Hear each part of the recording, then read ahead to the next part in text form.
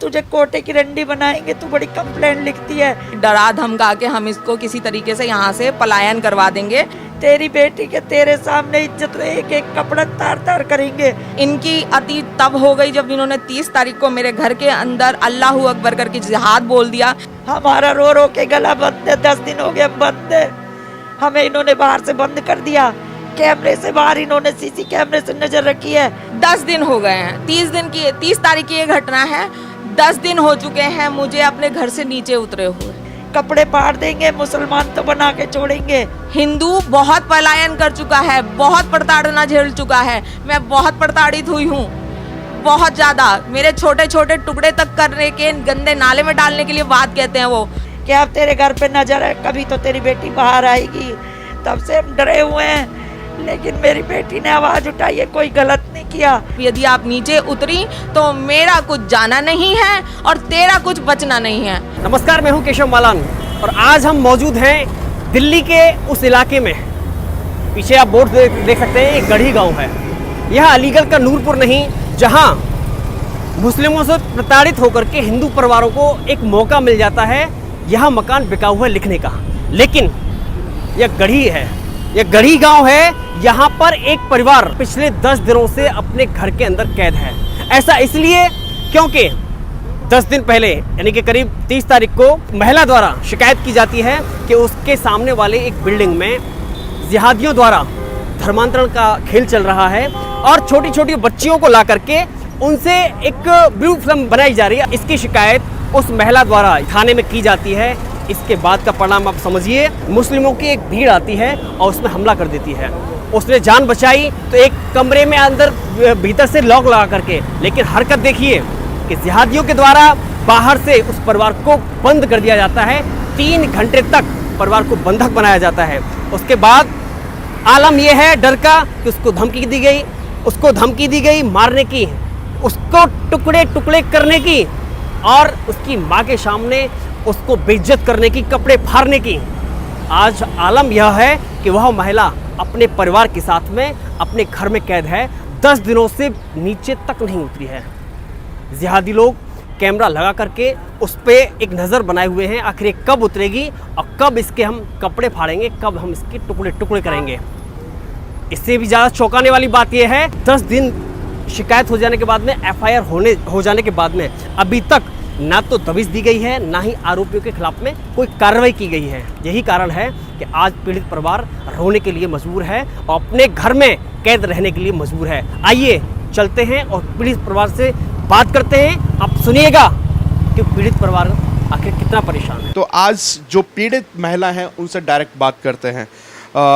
क्या मामला था जो जिस दिन आपके घर में एकदम से अल्लाहू अकबर करके कुछ लोग आते हैं और आपके ऊपर हमला किया जाता है? मेरा मैटर जो था वो 1 साल पहले से ही चल रहा था। बच्चियों को यहाँ पे लेके आया जाता था और उनका धर्मांतरण किया जाता था। ब्लू फिल्म बनाई जाती थी। जब उनकी चीख चिल्लाने की आवाज़ें हमारे कानों तक पहुँची, हम वहाँ गए। मैं उनके कमरे में गई, वहाँ की वीडियो भी मैंने बनाई है और देखा तो वहाँ पे तो कपड़े के नाम पे कुछ और ही धंधा पानी चल रहा था। हमने पूछा कि वो बच्चियाँ कहाँ हैं, तो उसका कोई जवाब नहीं था। रातों रात उन्होंने बच्चियों को गायब कर दिया। जिसकी कंप्लेंट मैंने थाने में भी दी, निजी थाने में भी दी है और DCP साहब तक मैंने ये कंप्लेंट दी और तभी से ये सारा खेल मेरे अगेंस्ट में स्टार्ट हो गया। अपनी कंप्लेंट वापस ले लीजिए। मैंने इनको वार्न भी करा था कि अगर आप लोग इस तरीके के कार्यक्रमों को चलाते रहोगे तो मैं कैसे अपनी कंप्लेंट वापस लूँगी। मैं अपनी कंप्लेंट वापस नहीं लूँगी। तो ये लोग टस से मस नहीं हुए। अच्छा, सबसे बड़ी बात है कि जैसे कि आपने कंप्लेंट करी, उसके बाद कोई एक्शन लिया गया इस पर? नहीं, इस पर कोई एक्शन नहीं लिया गया क्योंकि सिस्टम जो है हमारा वो इतना भ्रष्ट हो चुका है, इतना भ्रष्ट हो चुका है कि उनको अपनी हिंदू बेटियों के और मुसलमानों के बीच के फ़र्क सिर्फ पैसों से नज़र आ रहा है।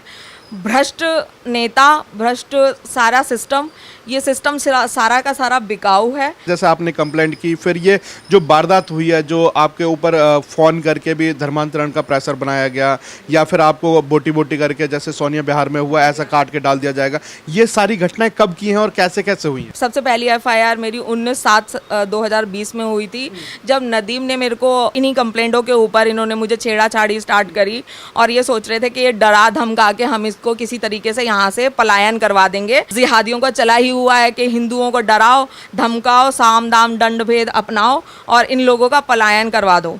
ठीक है, उसी ने मुझे उस टाइम पे भी धमकी दी, जिसकी मैंने कंप्लेंट और FIR दोनों अपने निजी थाने में करवाई और अपने DCP south east RP Meena ji को, सर मेरे साथ में कुछ लोग शाहीन बाग से ये लोग यहाँ आते हैं जिसका यहाँ पे कोई मतलब नहीं। ये भी कनेक्शन शाहीन बाग से जुड़ा हुआ है, जो 3 से 4 महीने वहाँ पे NRC और CO को लेकर के बैठे थे, वही कनेक्शन जुड़ा हुआ है क्या? शायद हो सकता है कि ये वही कनेक्शन हो, मैं इसके लिए कंफर्म नहीं हूँ, बट जो मेरे साथ में हुआ वही मैंने उनको बताया।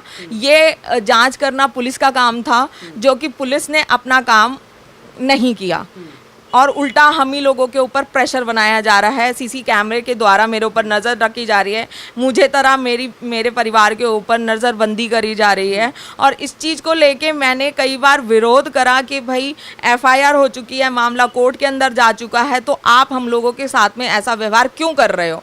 क्या हिंदू होना एक गलत बात है, या अच्छी एजुकेशन, अच्छी शिक्षा प्राप्त करना, क्या एक लड़की होना, क्या एक लड़की को अच्छी शिक्षा, हायर शिक्षा, एजुकेशन लेना गलत बात है, या हिंदू होना गलत बात है? कहीं ना कहीं तो हम लोगों को रुकना पड़ेगा।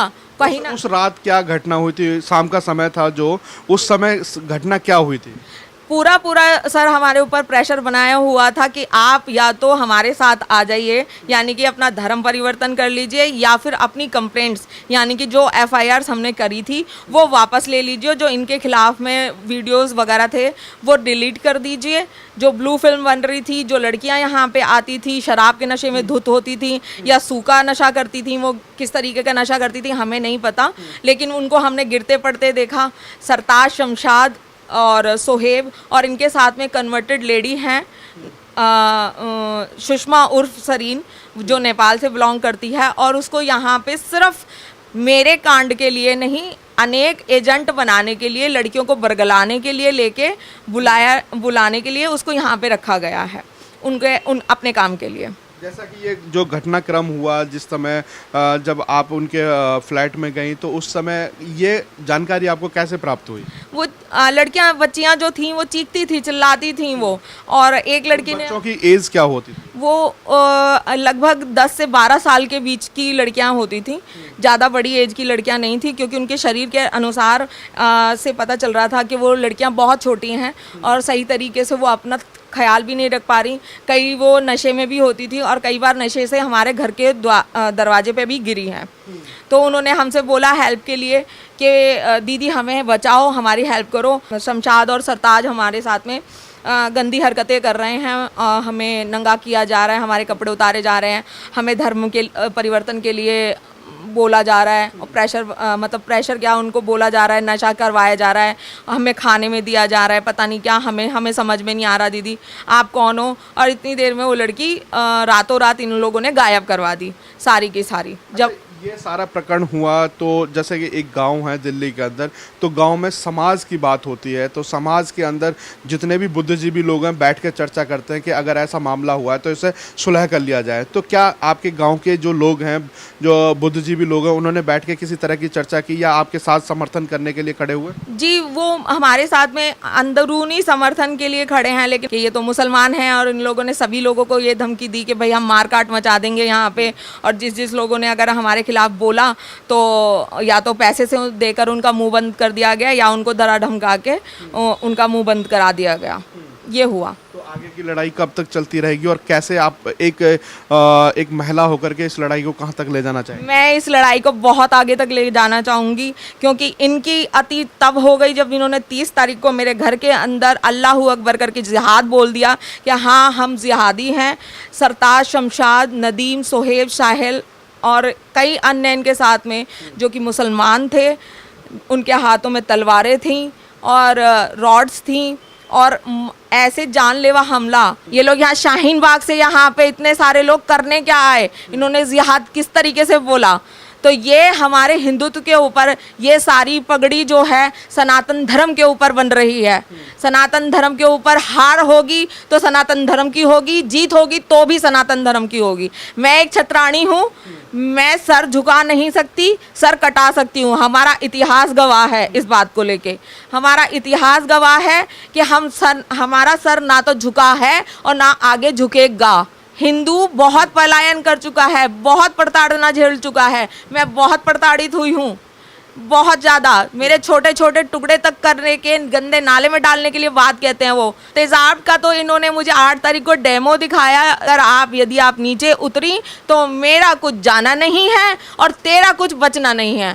तो क्या मैं अपने घर में कितने दिन तक ऐसे नज़रबंद होके या फिर कैद होके रहूं? दिन हो गए आपको घर पर मतलब ऐसे बंधक बने हुए? 10 दिन हो गए हैं। 30 तारीख की ये घटना है। 10 दिन हो चुके हैं मुझे अपने घर से नीचे उतरे हुए। ये मेरी बेटी के साथ में जो मेरी बेटी ने देखा सामने, एक नंबर में गलत काम होते हुए धर्म परिवर्तन का, इसने कहा वो लड़की कहाँ है जो चिल्ला रही है। बस यहीं से शुरू हो गया।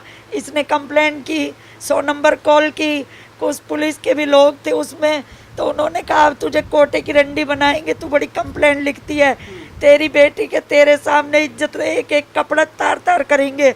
और इन्होंने अल्लाह अकबर करके जिहाद बोल के, जिहाद पता नहीं क्या होता बेटा। तो मेरे बेटी को मैंने ताले में किया, मेरा ऑपरेशन हो रखा है, ये देखो मेरा ऑपरेशन खुल गया, ये देखो इन्होंने रोड़े बजाई। अब अगर मैं मर भी गई, मुझे शान है मेरी बेटी होने पे, अगर मर गई तो मेरी बेटी ने अच्छा काम किया है, आवाज़ उठाई है। मैं देश की जनता से कहती हूँ आप भी बाहर निकलो, ऐसे लोगों के लिए मेरी बेटी नहीं है, तुम्हारी भी बेटी है। हमारा रो रो के गला बंद है, 10 दिन हो गए हम बंद है। हमें इन्होंने बाहर से बंद कर दिया, कैमरे से बाहर इन्होंने सीसी कैमरे से नज़र रखी है। तेरी बेटी निकलेगी तो तेजाब फेंक देंगे, मुंह दिखाने लायक नहीं रहेगी, कपड़े फाड़ देंगे, मुसलमान तो बना के छोड़ेंगे। फ़ोन भी आ रहे हैं बटला हाउस से, शाहीन बाग से, और जगहों के नाम नहीं जानते बेटा। एक नेपालन औरत बैठी है, आपको धमकी दी जाती है फ़ोन पे? हाँ जी, मेरी बेटी को भी, मुझे भी, तू नीचे उतर के आ जा, देख ऐसे जलाएंगे। डेमो करके दिखाते हैं वो, ये देख तेजाब फेंकती है, ये ऐसे जलाएंगे ऐसे। फिर इस हंगामे के बाद उन्होंने कैमरा लगा दिया कि अब तेरे घर पे नज़र है, कभी तो तेरी बेटी बाहर आएगी। तब से हम डरे हुए हैं, लेकिन मेरी बेटी ने आवाज़ उठाई है, कोई गलत नहीं किया। मुझे शान है, ऐसी बहनों को निकलना चाहिए, ऐसी बेटी बनना चाहिए, ऐसी बेटी पैदा करना चाहिए, चाहे मैं मर जाऊं। ठीक है, आप आराम करिए। तो ये आपने देखा कि गढ़ी गांव के अंदर किस तरीके की जिहाद का एक पनपता हुआ एक रूप है, और इस रूप को कितना भयंकर बना दिया गया है। जैसा कि पीड़ित महिला ने अपनी पूरी दर्द भरी जो दास्तां है वो आप तक पहुंचा दी है। इसके साथ सिर्फ समर्थन है तो आपका है, आप जिस तरह का जिहाद चल रहा है उसको रोक सकते हैं। आप हमारे साथ जुड़े रहिए। जय हिंद, जय भारत।